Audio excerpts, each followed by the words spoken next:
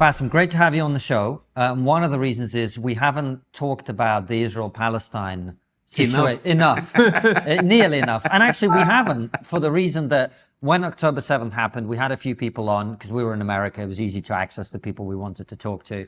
And those are mostly what you would, I guess, say is a pro-Israel perspective. And we've struggled to get people on since who are sensible and who want to present a different argument. So it's great to have you on. And I guess the way I feel is, I think we see two main perspectives being talked about in both the mainstream and actually new media as well, which is, you know, there's one side which is genocide, genocide, genocide, and the other side is, you know, October 7th, therefore Israel's allowed to do whatever it wants. And I think that's kind of not where most people are from speaking to people here in the West. I think a lot of people feel that what they're seeing out of Gaza is horrific, absolutely horrific. And on the other hand, they also feel that what they saw on October 7th was horrific, and they sort of expected that response because that's what most countries would do, is what I hear from a lot of people. What do you make of that, and how can we add some nuance to this discussion? What do you mean most countries will do? So most countries will go and kill 30,000 people? No, most countries would kill a lot more. I mean, if you look at 9/11... So we should be happy with 30,000? No, I'm not saying happy. I'm saying this is what people feel would happen in response to something like October 7th. Just from speaking to normal people, whether it's right or wrong. But why are we resetting the clock at October 7th? I'm not resetting the clock. No, but here's the thing, because it's either like October 7th, but what about October 2nd? What about September 15th? Like the whole idea of like people think that there was like a ceasefire before October 7th. That's not true. 3 weeks before October 7th, Israel bombed Gaza 3 days straight, and there was no music festival to do that. I mean, before October 7th, there was 234 Palestinians killed in the West Bank, which is not even in Gaza. There's like 70 kids killed. That's without October 7th. The thing is, you only see October 7th, but the fact is, like, if you're a Palestinian, what options do you have? You throw rocks, you're a kid, you throw rocks and your limbs will be broken. You join armed resistance, you're going to be called a terrorist and killed. You don't do anything and you sit in your home, and your home will be confiscated and your land will be confiscated in the West Bank. You boycott BDS and you don't have a job. So what are you supposed to do? And the fact is... But that argument plays both ways, is what I'm saying to you, which is why a lot of people are kind of conflicted, which is why I don't... Well, there's no conflict, because before October 7th... But let me make the point, Bassem. Hold on. Because I don't want to have a big argument. I'm interested in your perspective, but I have to put the question to you that I think a lot of people would want the answer to, which is, if you were the Prime Minister of Israel on October 8th, what would you do? You see, that's again, you're resetting the clock. You are judging people what you do for their reaction. Yeah. Before October 7th, there is a total of 100,000 Palestinians killed and injured. Agreed. You cannot keep pushing people to the limit, and when they react violently, okay, what happened October 7th? No, let's accept your argument. What happened October 7th? Well, I'm going to ask you that in a second, but let's accept your argument. For the sake of argument, I'm not saying this is what I think, but for the sake of argument, let's say the October 7th was a perfectly justified uprising on the basis of all the terrible atrocities Israel has committed. Let's say we accept that. Okay, you're the Prime Minister of Israel on the 8th of October. What would you do? Yeah, because if I'm the Prime Minister of Israel, I will do exactly what Netanyahu does, because Israel have been doing more stuff than this and was getting away with it, was getting away with murder. But that's what you would do, right? Israel just killed 7 international workers from the UN. And you know what they did? Oh, sorry, you know what? It's war. I mean, mistakes happen. We're sorry, guys. Up yours. Do you not think that's true, though? Of course not, because there is a history of Israel killing international workers and UN with absolutely no consequences. If Israel today stopped the Gaza war, you know what will happen? Israel will be applauded. Thank you so much for just killing 30,000 people. We're so happy that you just killed those amount of people. And there will be no consequences for the murders and the war crimes that Israel have been doing for 6 months. It's crazy. You think, like, you're asking me what should I do? If I'm the Prime Minister of Israel like Netanyahu, I'm a killer. I'm a mass murderer. I've been killing Palestinians all my life, and I've absolutely had no pushback. So I will kill. I will do exactly what Israel I don't mean did. if you were Netanyahu. I mean if you were the Prime Minister. If I was, I wouldn't have done the stuff that would have led to October 7th. Fine, but that's not really where we are. That's not the reality of the situation. No, the reality of the situation that you want to corner people on October 7th and you forget what happens before. Bassem, I'm not trying to corner anyone. I'm saying... You just asked me if I was the Prime Minister of Israel. Yes. If I was Netanyahu, no, I would do that. If I was Bassem, I wouldn't have done the stuff that Netanyahu has done that would lead to October 7th. Fine.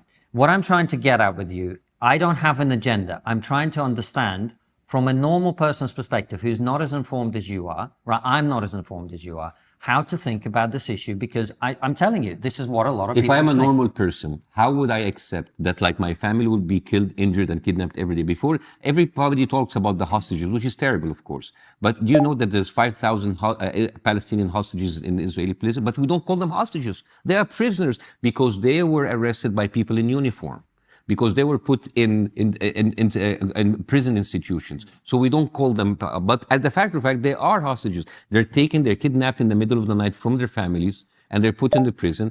And half of those 5,000 people in prison, there is no accusation against them. If these are not hostages, what are they? We talk about rape, but we don't talk about the sexual violence that has been committed against Palestinian women for all of these years. But we just take Israel's word for it. We don't talk about murder, and we don't talk about the murder daily. Since October, in 1 month after October 7th, in the West Bank, 40 children were killed.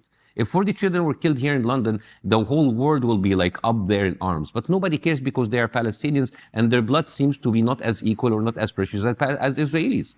I'm not talking about your opinion. I'm talking about how the world is doing. But what I'm trying to get at with you is, you see, we're getting stuck in that same dynamic that people often have when they're having this discussion, where the pro-Israel people have their points and the pro-Palestine people have their points. Who's doing the killing, Habibi?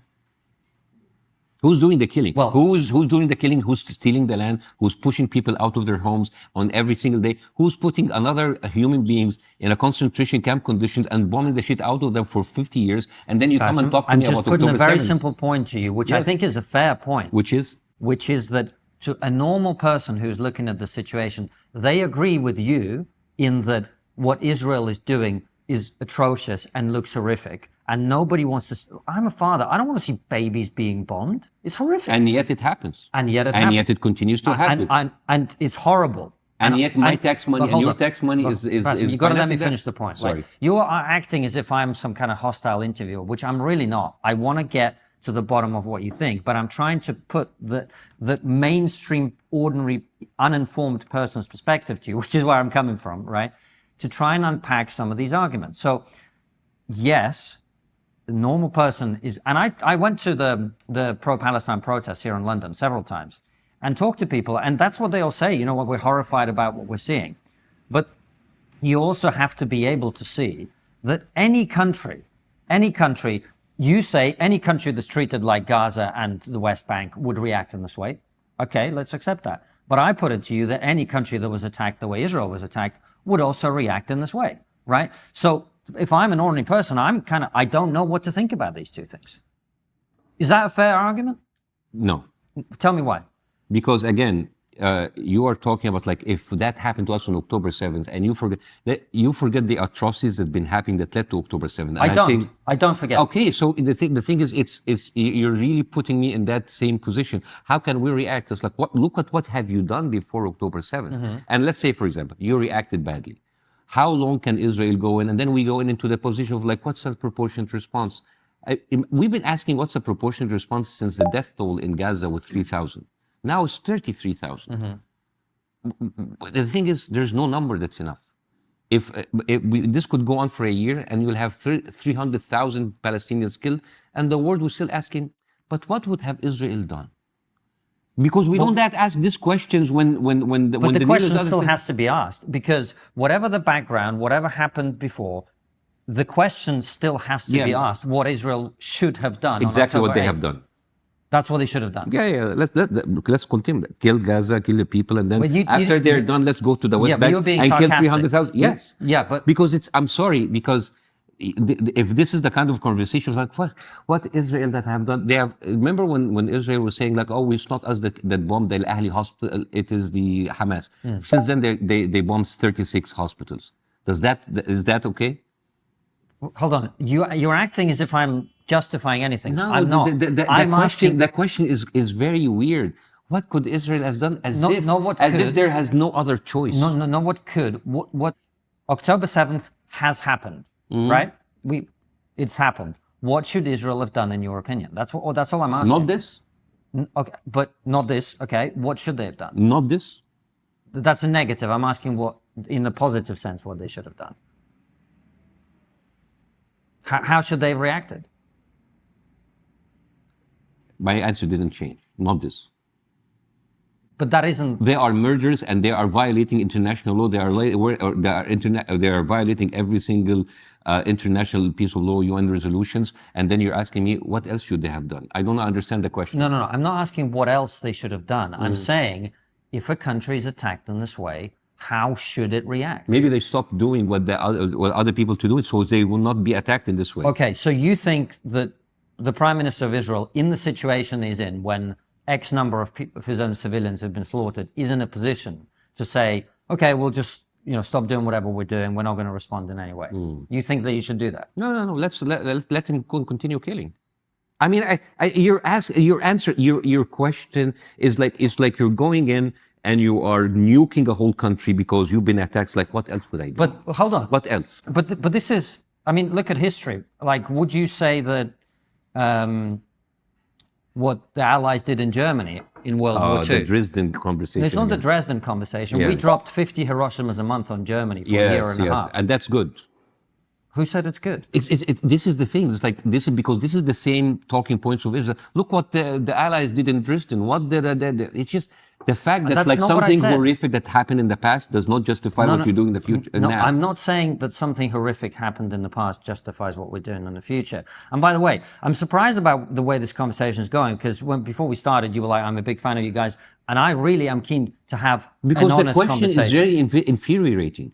The question when you ask people, if you're in Israel position, what you should have done. Yeah. Again, you are asking me to quantify the reaction of the atrocity that's been happening all through. And what else did you... No. Like, if your only choice is killing children and killing unarmed civilians, and this is... Show me one war where 80% of a place were destroyed, 50% of the victims were children, and 100% of the population were displaced, and then you tell me you don't have any other choice? I didn't say any of those things. All I'm saying to you is there is a reality of where we are, right? And whether you like it or not, whether I like it or not, I don't like it, you don't like it, right? But it's not going to get solved by pretending that Israel is in a position. And how could it be solved? I have no idea. That's why I'm asking you. Okay, good. But you say not like this, and you don't give a positive. Well, I have vision. no idea either. But what is happening? Israel is a rogue. That's a fair answer. Israel is a rogue. Israel is a criminal. Is a war criminal. Okay. And has been getting away with murder and genocide for years, and the international community and international world is letting it get away with murder and genocide every single day, and then we are left with, sorry to say, a useless question of like, what's the proportionate response? What else can I do if it's your country? What you have done? I didn't ask. But Bassem, no, you asked what if you are Netanyahu, what would you have done? Yeah. And I would tell you, That's if I was Netanyahu question. and the whole world is letting me do whatever I want, I would do it. I didn't say if you're Netanyahu.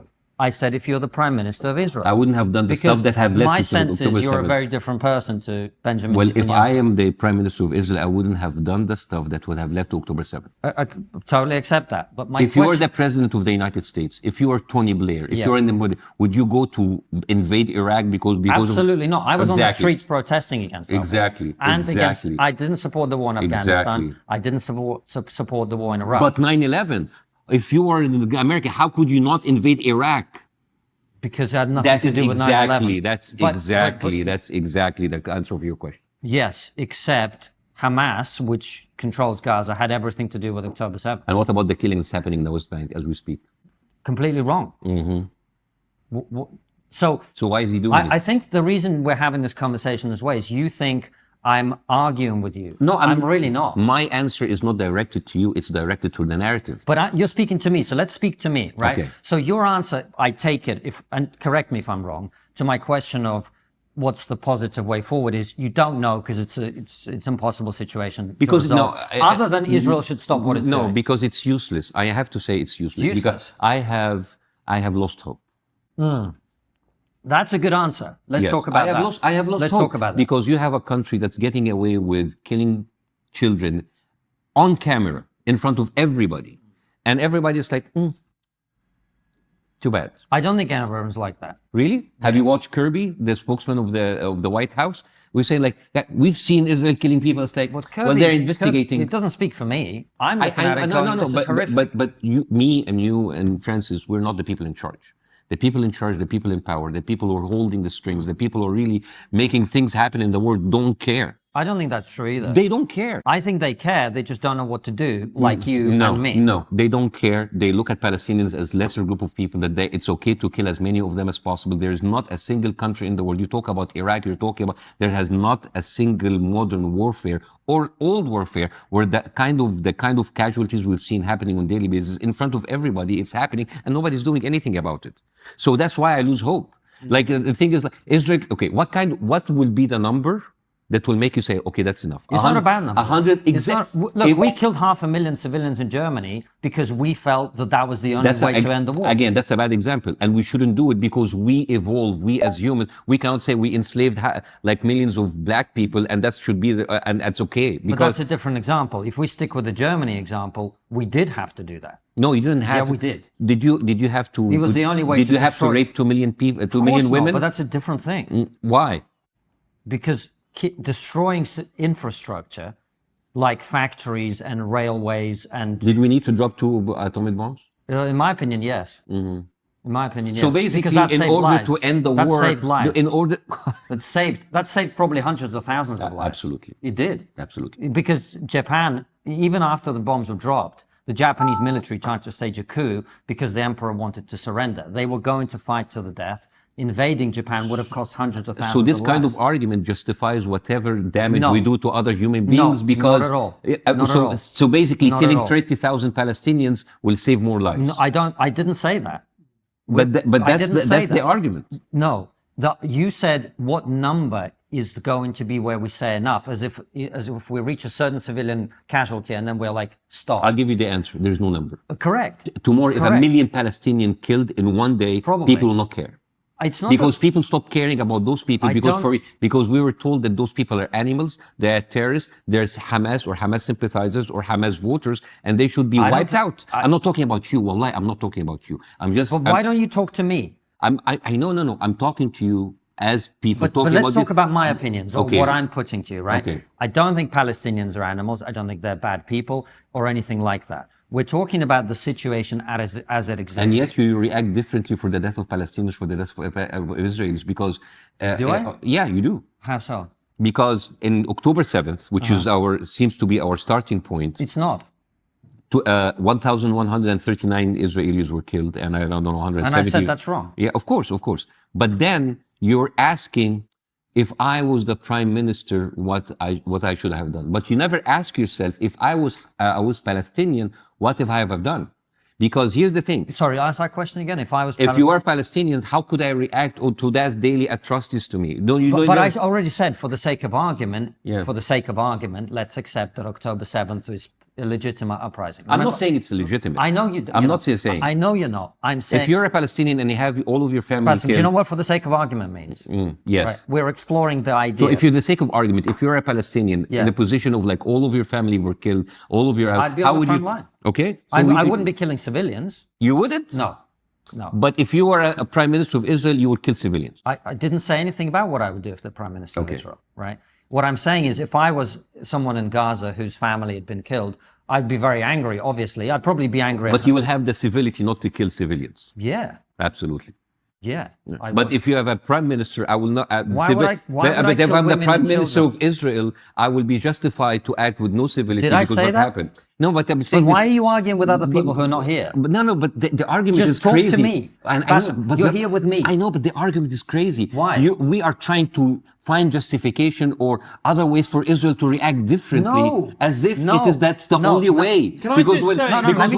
Because when I tell you not this, so you tell me, so what? As if I have to come up with a solution for the murderous prime minister who's been killing people for the past 6 months. No.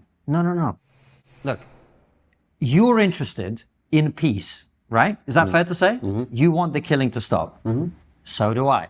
So do most people. And that's what I said to you at the beginning. Most people want the killing to stop, and they're trying to work out in a very difficult... I mean, there's a reason it's been going on for as long as it's been going on. It's complicated and it's difficult. It's not complicated. It's not really complicated. It's a group of people who took up other people and continue killing them. It's not that complicated. It's very obvious. Well, if it was that simple, it would have been resolved by now. No, it will not be resolved because people who are evil have the power and you cannot do anything in order to change that. I mean, they are killing you in your face, and you're telling we're killing people. You try. Okay. You try. Can I just say, firstly, this reminds me of my childhood. So thank you, guys. Who's mummy and who's daddy? That's the question. Yeah, I mean, well, I don't see gender. It's 2024. Having said that, I think it's very important for people to understand, because obviously passions are very high when it comes to this subject. What is it like for the ordinary Palestinian before October 7th? What's it like? What was it like? So just explain, what is it like to live in that area? What rights do they have? What rights are they being denied? Etc. Because I think people need to understand. So there's this kind of like image that, oh, we disengaged from Gaza. We left you guys to do whatever you want. But actually you disengage and then you put a siege. There was no access to air, sea, and land. Everything has to go through something. There have been actually a time where Palestinians were put on a calorie count. So the kind of food that was admitted, the kind Bassem, of... can I just ask a question? I know this is very passionate to you. If you could just slow down slightly, because people... I'm sorry. Yeah. So basically, I know that they've been used a lot like an open-air concentration camp or prison. 2 million people lived in the most concentrated, more dense area in the world. And you have no rights. You have no rights to travel. Everything has to go through another authority that controls your food, your electricity, your water. Some parts of Gaza, you're only on 2 hours a day to get water. I mean, you can go on and on and on. There's just like massive books like written. If you're living in the West Bank, your land is being taken away from you, being eaten into your land every day. Your house could be just like settlers can go in, take your land and kick you out. To go through like a 1 kilometer distance, you have to go to like 7 or 8 checkpoints. As we speak right now, there's 2 units in Hebron, and this is something called Yehuda Shole, who is the founder of Breaking the Silence. He's an ex-IDF soldier. He said, like, as we speak right now, there's 2 units on an 8-hour shift in Hebron that their only mission is to maintain the presence or make their presence felt, which they can go into your house, a house that intelligence tells you that there's no threat, goes in, separate men and women, ruffle the feather, ruffle everything, break everything, go from house to house. This is like the daily life of Palestinians. They have no humanity, they have no rights. Even if you are in the West Bank, I'm not even talking about Gaza, you are not allowed as a Palestinian to have any fertile land in Area C, which is all of the fertile land. You as a Palestinian, your water share is 1/5 or 1/6 of a settler. You're not allowed to dig for wells. You're not allowed to dig for water. You're not allowed to actually, even if you, it's a very inhumane way, and it's been going like this for 75 years, and nobody's doing anything about it. So at a certain point, you as a Palestinian, you can, at a certain, IDF soldiers can come and take you, put you in prison, put you on administrative detention for months and even years. There's some that have been in jail for 10, 15 years with absolutely no accusation. Israel is the only country in the world that tries children in front of military court with 99.7% conviction rate. There's nothing that never happens anywhere. So that is even, I didn't even scratch the surface. And when you do that on daily basis for 75 years, at a certain point, people will crack, and people will throw rocks. If you throw rocks, you're a child, your limbs are broken. If you are a Palestinian and you take a dagger and want to fight back, you will be, of course, killed, and you'll be labeled as a terrorist. But what happens is that they are responding to the daily terrorism that has been happening for years. And nobody is caring, because we have already decided that those group of people do not have the right of equal living or equal right. And that's very distressing. I'm not at all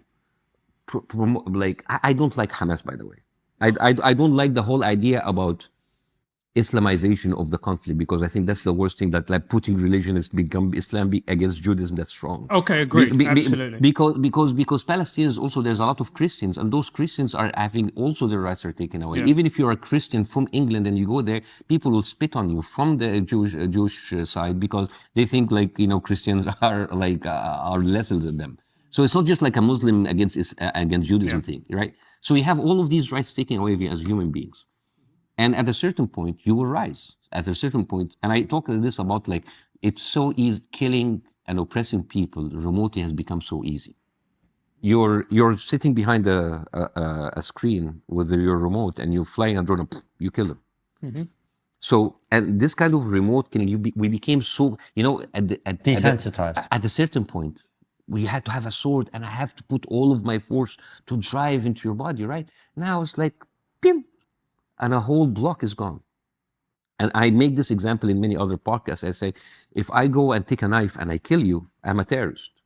But if I'm sitting in my $64 million F-16, pushing a button, dropping an $16,000 A-84 bomb on a whole block, decimating you, that's war. Yeah.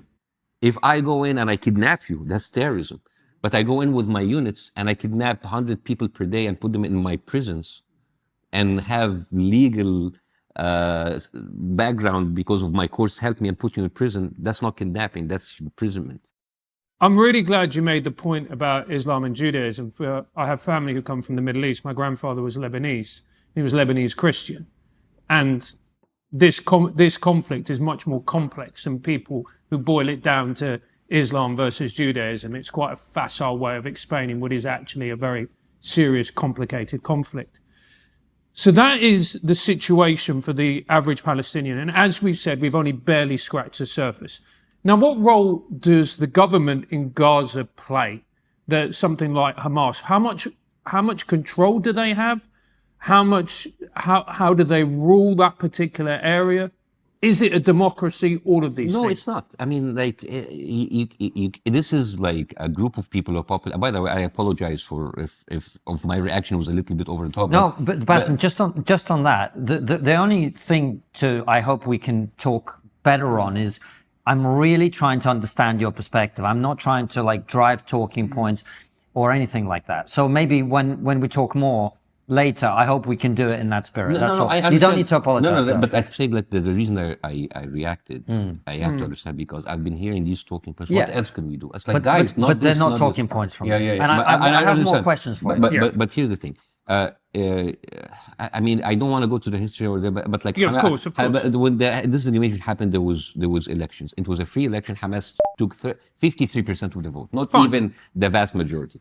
When that happened, there was like a boycott, and then Israel put them under siege without any bullet being shot. Yeah. And the story that has been put into people's mind: we disengage. They elected Hamas. They killed Fatah, the other Palestinian authority, and they started throwing rocks at us. That did not happen. There was like a whole 18 months between the election and the stoppage of ceasefire. And in that area, Israel went in and killed the head of the security forces in Palestine. So Hamas retaliated and kidnapped Gilad Shalit. And then there was no more ceasefire. And then Israel attacked Gaza. So the whole idea about we let them go, they voted Hamas, and they tried to attack us. That's not the truth. Now, there is a local authority, which is Hamas, which is, of course, they're trying to govern Gaza. But how can you govern a place where you don't have any access to the outside world when you're under siege, right? And if you put people with their backs to the wall, they will have resistance, and their resistance, you'll not like it because it's resistance. It could be about, you call it Islamic, you call it terrorist, you call it jihadi, you call it whatever.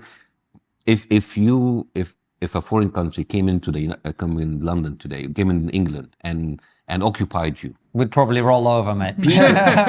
No, there would people that will be militarized, and they will use religion, and they will have Jesus, and they will have the cross, and because when people pushed into the wall, they would be radicalized. Yes, of course. Right. So you cannot just push people into that situation.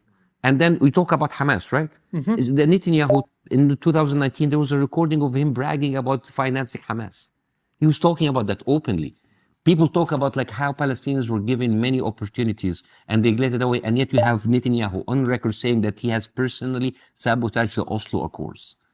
So you have all of these in front of you. You have all of these people taking we're not going to have a two-state solution. Palestinians don't have the right to exist. Palestinians don't have the right to have a state. And then you're talking about the reaction, and then you focus on that. So every time you tell me Hamas, I will tell you Netanyahu. Every time you tell me October 7th, I'll tell you what happened before it. Every time you tell me what should we do now, it's I don't know, because you have made this happen. Remember, you've marched against the war in Iraq. How did that work for us? How did that work is the word saver? After all of the trillions of dollars being sold, all of the British soldiers and the American soldiers that were killed, all of the people who were killed in Afghanistan, did that actually work? Iraq didn't attack us, is the difference.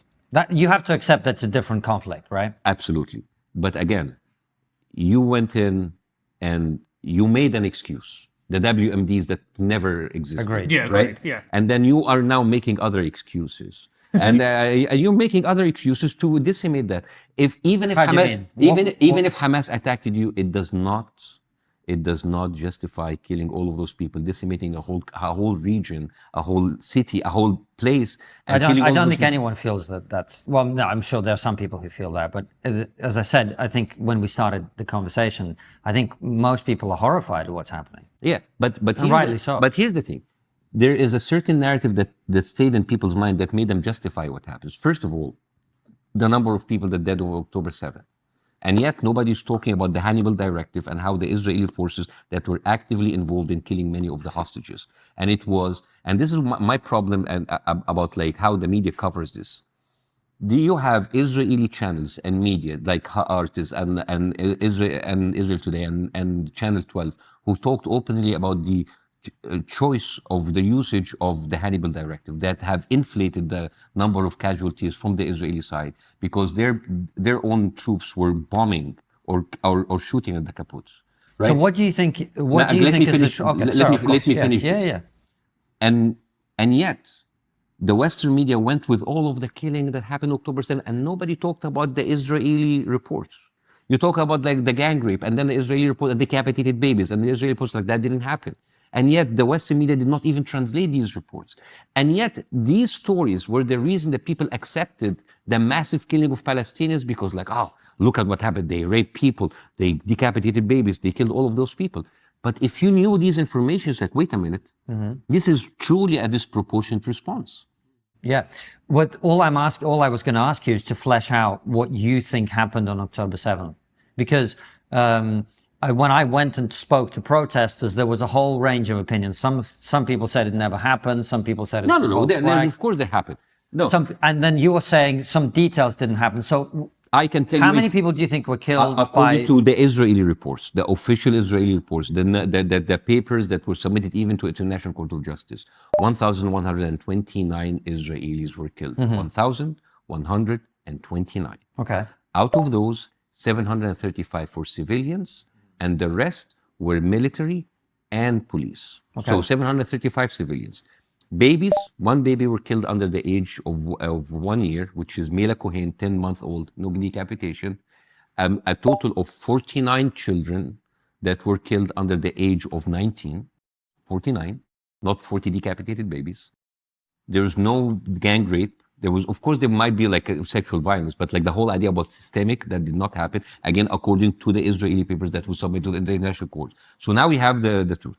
735 civilians. I don't know, 170, 200. I don't know how many people were kidnapped. Now, if you look at these numbers now, does this justify 30,000 people killed? No. But you created like this shock value at the beginning. Rape people, decapitated babies, but cutting babies out of their wombs. That didn't happen. Okay. Well, I'm relieved it didn't happen because it sounded. And again, that doesn't mean that what happened is good. No, that doesn't mean that don't happened think- is acceptable. I don't but think what you're I'm saying that when you go with the people with an outrageous story, Yeah. No, of you course. are priming people to accept what will happen next. Interesting. Let me just ask one point on of this course, because you mentioned earlier, what would happen if London was invaded by a foreign country? What would happen if London was invaded by the Irish? The Irish have reasons to be angry with England, right? And they had murdered 749, did you say, innocent civilians, and didn't decapitate but killed a baby. If you say people with their back against the wall are going to react, then how are people going to react in that situation? By the way, my example that I said about London. Right. What if like a foreign country come in and this immediate country, I would be here, London or England are actually the position of the Palestinians. What I'm saying is, if you come in and you have your whole country like invaded and your whole military is decimated and you have nothing, you will have resistance forces that will be radicalized. I understand. So that was my use. But your my use is that like if London was attacked now and London's still powerful and can retaliate, correct? Yes. Yeah. So I guess what I'm saying is if during the IRA and the Troubles in Ireland, where we did have terrorism in this country, they had launched an invasion into northern England and slaughtered 750, but actually it would have to be, what's the population of Israel? About 10 million, so it would have to be 6 times that. So they slaughtered over 3,000 people, 3,500 people, innocent people, didn't decapitate them. Let's say there was no gang rape. How do you think England would react? Oh, I don't know. But the thing is, using these arguments, I think it's a distraction to what's happening right now. Because basically what we're saying, I think these are all ways to distract the conversation about, like, let's talk about what England would say and let's forget the killing that's happening on daily basis. No, it's precisely because I care about the killing of innocent people now that I think we have a responsibility to try and think about how these intertwined and intertangled mutual claims of violence and whatever get untangled. That's what I'm saying, right? So I think that the reality of why we're having this argument is I'm interested in trying to find out how this gets sorted out. But I will answer your question about what if the RA or whatever, England comes in and kills 3,000 people, all right?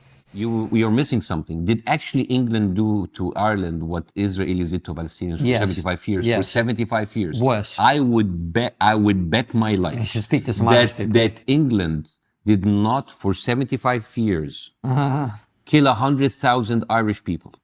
You should speak to some Irish people. In the 20th century, did it kill 100,000 people in the 20th century? Probably not, but that doesn't mean that the Irish people didn't have very strong reasons to feel. Some people felt that their terrorism was justified. Of course, there'll be lots of people that disagree. Anyway, I guess the question in terms of moving forward, like how do you move forward, is what would you like? So let's say, again, for the sake of argument, Israel stops bombing, pulls out. What would you like to see happen from there? Because you talked about the plight of the people in Gaza and in the West Bank. Let's say that all of that ends, and you talked about land. And this is one of the things I always find interesting, because obviously this is where there's such a big conflict because two peoples are making a claim to the same land.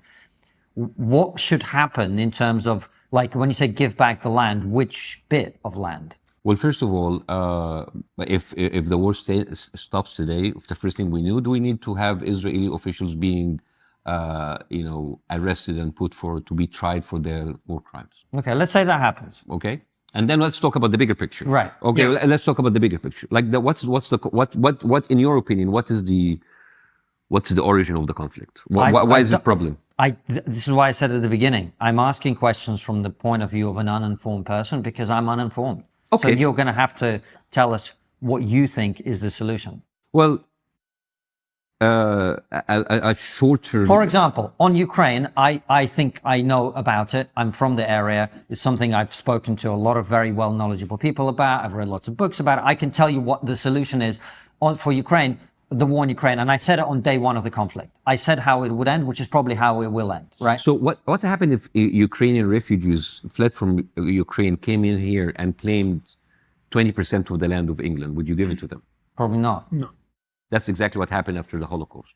You have people coming from Europe, coming to Palestine. So how does this get solved now? To get solved, we need to talk about the origin.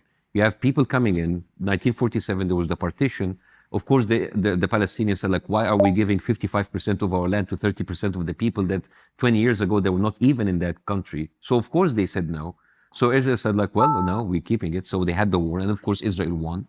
And now Israel's like, well, you lost it. You don't have any claim for it now. And then after 1948, Israel took 78% of the land, leaving only 22% for the Palestinians. With 1967, all of that was gone. And now Israel comes like, well, we gave you these deals and you didn't say it, but it was already a horrible deals. So you cannot really negotiate. You cannot tell me like, let's accept all of I'm this. just telling you, like, those Ukrainians who wanted 20%, you didn't want to give them. They ended up taking 70% of England. And it's like, well, we told you we want only 20. Now we're going to take 70. They're like, no, but I cannot accept it. So the whole idea about land, you have people, and now it's become, and I have to be, I cannot really like kick out like 9 million Israelis who've been there. But that's why I'm asking. It's already there. Yeah. It's already there. But at a certain point, the Palestinian Authority accepted 22%, which is the Oslo Accord. And even that was sabotaged by Israel. So you are basically in a position where the Palestinians have to, they are pushed into accepting really bad deals time after time after time after time again. And even that deals are not even honored by the Israelis, because they, on paper, the Israelis should not take the West Bank, and yet the West Bank is being disseminated into little Gazas. They are being disseminated by the illegal settlements that has been deemed illegal, but everybody, including the British government, including the American government, and yet the Israelis are doing it anyways. So basically, you are put in a position where whatever solution we can come up with, it's not going to happen. Well, what you would like to do is go to the settlement that was agreed in Oslo Accords. I mean, that's a starting point. And At what least was you start from there. what did Israel and Gaza and the West Bank look like under those agreements? Well, under those agreements, I guess, I'm not an expert, like the whole of Gaza, and they're going to be like a land swap from inside Israel. And then the West Bank there was like, even on the table, there was like, the Palestinians will take 90% of the present West Bank, which is now, that's not even exempt because the West Bank has been eaten up by all of the settlements. So that was the Oslo Accords. But then you have Netanyahu on record, it was like, oh, well, I could claim any part of the West Bank as a military facility and I can take it. So I have effectively sabotaged the Oslo Accords. So But that's what you'd like to go to as a solution. again, but that is me, and I'm not a Palestinian, but I say that's at least a starting point. But you have bigger points that I have absolutely no idea how to solve. Like, for example, the right of return. You have to remember. What do you mean by the right to return? There are 7 million Palestinians outside the land of Palestine that have been pushed and have been refugees all over the place. You have 2.5 million of them in Jordan. You have 500,000 in Lebanon, 500,000 in Syria. You have like all over the place. Yeah. Those people, their land is there. And under no circumstances Israel is accepting that those people that come back. And I don't know how to solve it because Israel, of course, will not accept the return of 7 million Palestinians, and of course, and because that will change the demographic. So I'm telling you, you're asking me about the solution, and I'm telling you, I can come up with whatever solution, but it will not work because there's Obama in his book. He said the problem of the Palestinian-Israeli conflict is that one part is so strong, and the other part have nothing. One part have all of the support of the world, and the other part has nothing. So even in communication, if you have all of this power, why would you give up any of the stuff that you have earned, right? I pose no threat to you. All of my power will not even leave a dent in yours. So why would you give up anything? Because I would suggest that the reason they would give up something, Bassem, is because it doesn't matter if you're winning a war. You are still a population under war. You are still suffering. You are still under direct threat. No country wants to be at war permanently. So it is in the Israelis' interests, I would argue, to come to some kind of equitable solution. However, do you see what I'm saying? I know, but like this is the logic. Yeah. This is like how normal people talk. There is a book by an Israeli author. I can't remember. He said like I can't remember the book. I'll remember. It said like it's an Israeli author, and he talked about like actually Israeli society know nothing but war. For 75 years, war is the only thing that's been winning them land. When they were getting away with stuff that nobody is actually pulling them accountable for. So for them, it is winning. It's just going into continuous conflict, and if that has to come at the expense of some people feeling unsafe, so be it. But the fact is, you just like in a couple 2 ways, totally unprovoked. Israel bombed the Iranian embassy in Syria. That's an act of war. That's an act of war. They are dragging Iran into it for absolutely no reason. They are dragging other people to war as if they are telling people, fight me, fight me, fight me. And I know it sounds ridiculous and sounds crazy, but that's what's happening. Give me another explanation for this. I guess their explanation would be that Israel backed Hamas into attacking Iran. Iran. Interesting slip of the tongue. So you see, with that logic, American embassies and British embassies all over the world are not safe because they are backing Israel in all that war. You see that? You see how that logic can create go into destructive results. No, but you said give me another explanation. I know, but the explanation doesn't mean it makes any sense. You understand? I understand where you're coming from, but that explanation is very destructive. It's very worrying. Yeah. Because now you're dragging. So what else? You're gonna go and hit China, Chinese embassies and Russian embassies. You want to drag people into war. It's very dangerous. It's very dangerous. And the fact that like you think like, oh, because I want peace for my people, it doesn't seem to work for them. Because look at the history of the Arab-Israeli conflict. not a single time that Israel gave up land unless it's because of like they had to lose it for war. 1973, they gave back Sinai because the Egyptians crossed the canal and went into war. The Oslo Accord, it happened because of the Intifada. Then 2006, it disengaged because they were having too many losses in their ranks. The withdrawal from Lebanon because Hezbollah, like it was like too many casualties from the Israelis. Israelis don't understand anything other than the language of power. And they have never given land out of peace and out of the goodness of their heart. So they're always in a continuous conflict and they're pushing the world into that conflict.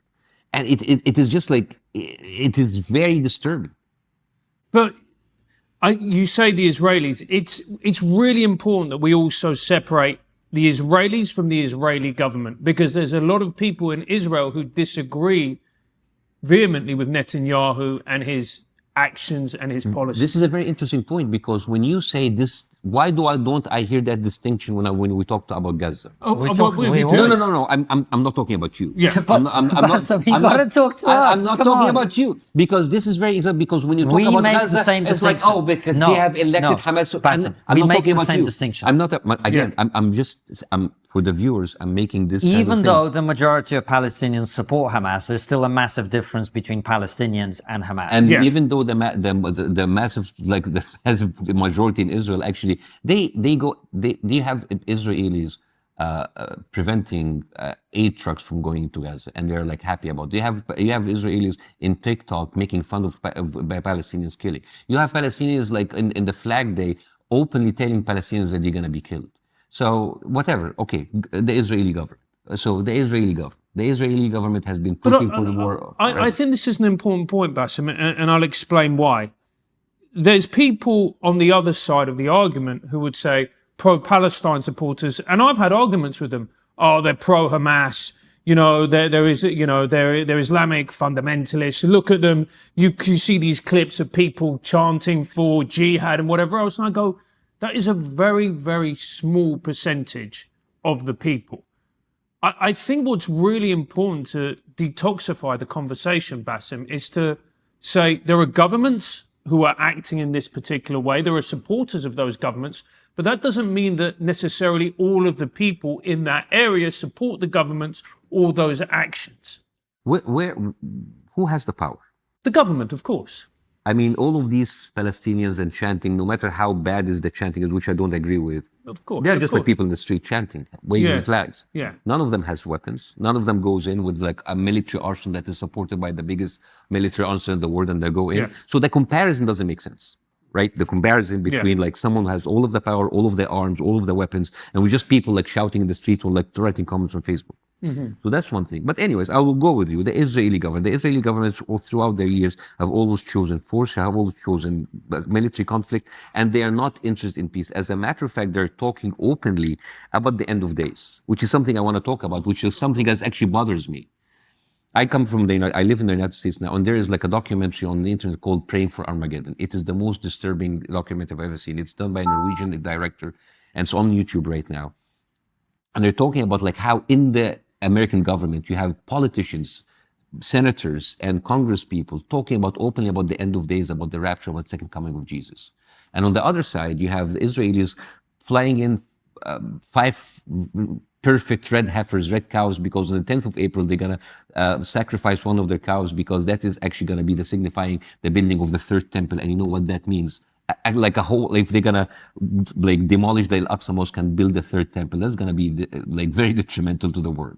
Now we have people asking for the second. Can I just stop you, because I didn't understand what you said there about the third temple? Could you just explain that? So the Israelis believe that there's the third temple should be built, because there was 2 temples that were destroyed, one by the Babylons and one by the Romans. And now this is basically the third temple, and they claim that the third temple is under the Al-Aqsa Mosque, which is the Mosque of the Rock, or the Dome of the Rock, which is a holy site for the Muslims. Okay, and where is this place? In Jerusalem. Oh, this is in Jerusalem, the holy city. Jerusalem. Right, okay. So basically, they claim that they need to demolish the mosque and build the third temple.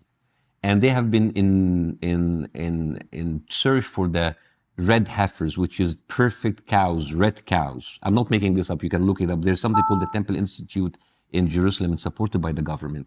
And they have flown 5 perfect cows from Texas a year and a half ago for $500,000. And now they are preparing them to being sacrificed when they turn 3 years old in the 10th of April. Like, you can look it up, it's there on the internet. And they are going, when that happens, they're gonna burn it, have the ashes, put it in the water, and whoever take a bath with this water is a purified Jew, and they can build now the third temple. Now, why am I saying all of this? Because on the other side, you have people, someone like John Hagee, who is the founder of Christian United for Israel. Each year, they have $7 billion annual budget to affect politicians in Congress in order to support Israel. And John Hagee himself has paid $80 million for Israel, not of course his money, that's his money for his congregation. And all of that, they are talking about the second coming of Jesus, the rapture, the Armageddon. And it is crazy because the Christians think that when the second coming of Jesus comes, all of the Jews will either be killed or converted.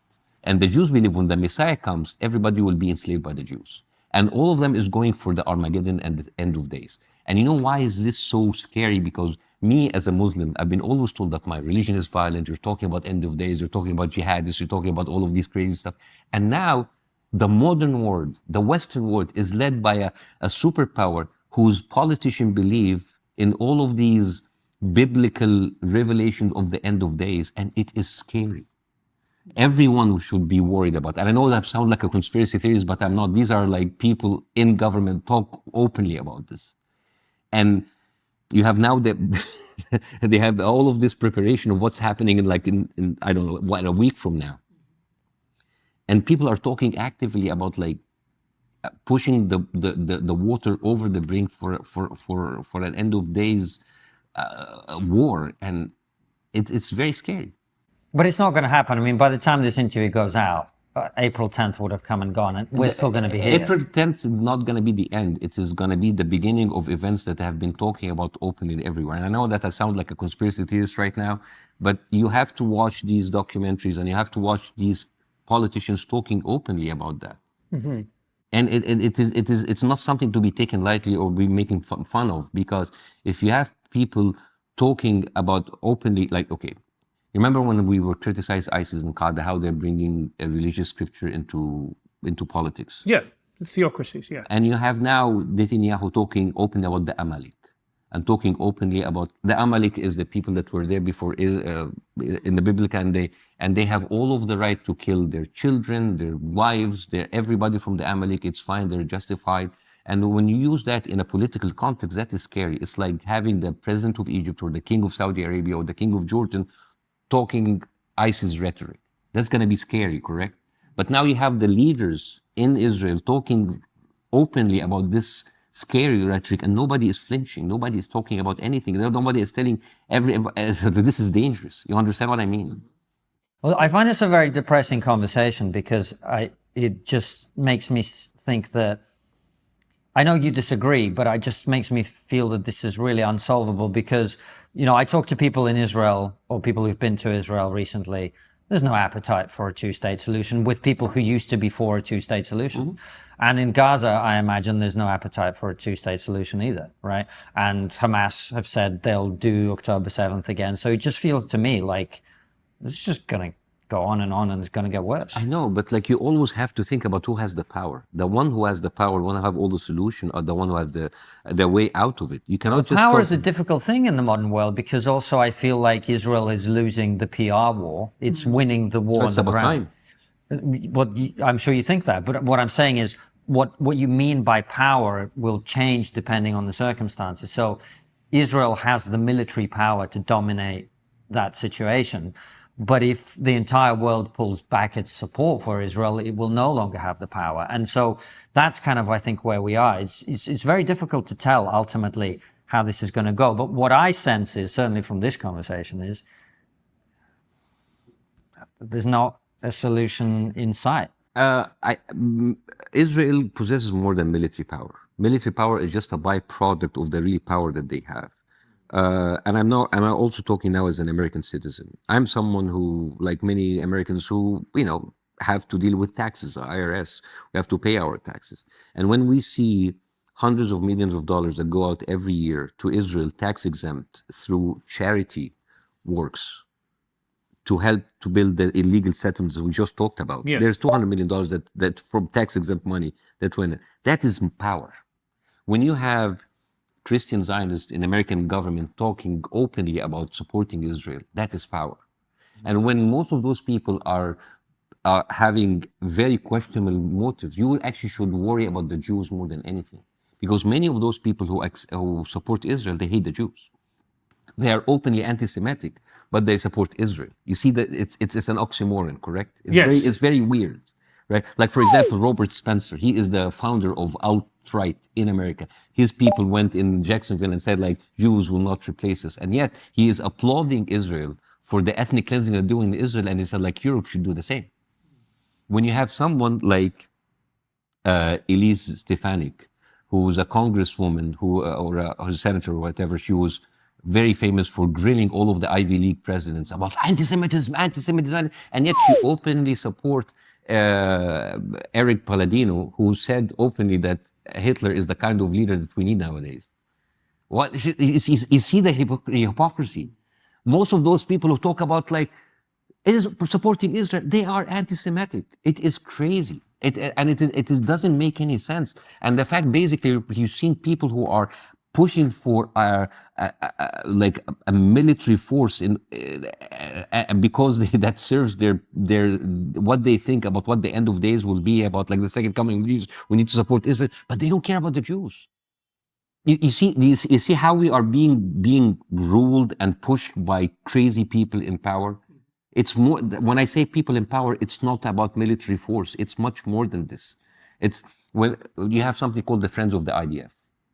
This is the biggest charity organization. This is in America. Each year, they raise somewhere between $60 and $100 million for veterans of the IDF. These are American people, American artists, American actors. I wonder how much money is being given to American veterans. This is the kind of support that is. So the power is not really military. The military is a byproduct of all of that. But I would say, Bassem, that these fundraising efforts are going to become more and more difficult the more that people see the suffering, the casualties, the misery that is created, because it becomes harder and harder to justify. May I disagree with you? Well, absolutely, a lot of people do. The last 6 months, it has been the highest donation that's ever been made by these operations working inside of America for Israel. Each year it's been doing like 50 to 60 million. The IDF this year like raised $100 million. Because they work on fear, because they don't speak to me and you, they speak about the people who are concerned about that part of the place, and they are actually believe that there is an existential threat, so they raise more money. Zaka, which is a rescue group from Israel, these are the group that behind all of the decapitated babies, they raised $50 million out of fear mongering. So now they are raising more and more and more money. So as an American, as someone who belongs to that country, I'm concerned about that kind of money. I'll give you an example of like how power is not just military. You have AIPAC. Before 2021, they didn't involve in really paying people running for office. They just worked with already elected officials. After 2021, they have bragging about pushing people into American politics. You have bragging about like their 40 Democrats winning in their primaries. They are actually punishing people who don't support Israel by pushing. They have put $4 million in for the opponent of Andy Levin, who's a Jew running for a Michigan Congress seat, just because he didn't support Israel, and he's a Jew. So this whole power is much more than military.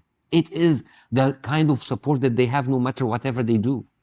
All right, Bassem, it's been great. I'm glad we managed to have a more constructive conversation as we went on. And I'm sorry again for the you don't need to be sorry. I really appreciate that we were able to work through that. And actually, I think it's good for people to see that I think we all come to things with certain expectations and talking points and what other people are going to say. By the way, you know, when the Ukraine war happened, I found it very personally difficult as well. And I would go into conversations with that kind of attitude as well. And so I understand it and I don't take it personally. I'm glad you were on. I'm very grateful you came on. You're a busy guy. We'll continue the conversation with questions from our supporters on locals. But before we do, we always ask the same question. What's the one thing we're not talking about that we really should be? The one thing that we should not be that we're not talking about, not that we shouldn't be talking about. We're not processing. We should be asking that. That'd be great. Yeah, what shouldn't we? What shouldn't we be talking about? It's like a free hit. Like Yeah. what is the world not talking about that it should be? Or what should we be talking about more that we're not? right now. Yeah. Oh. It's always in the back. I think I think it's the source of all evil: money in politics. I think that's the biggest thing. That's the biggest threat of Western democracy. If you go out to I don't know how it is in England. Maybe I feel it more in the United States.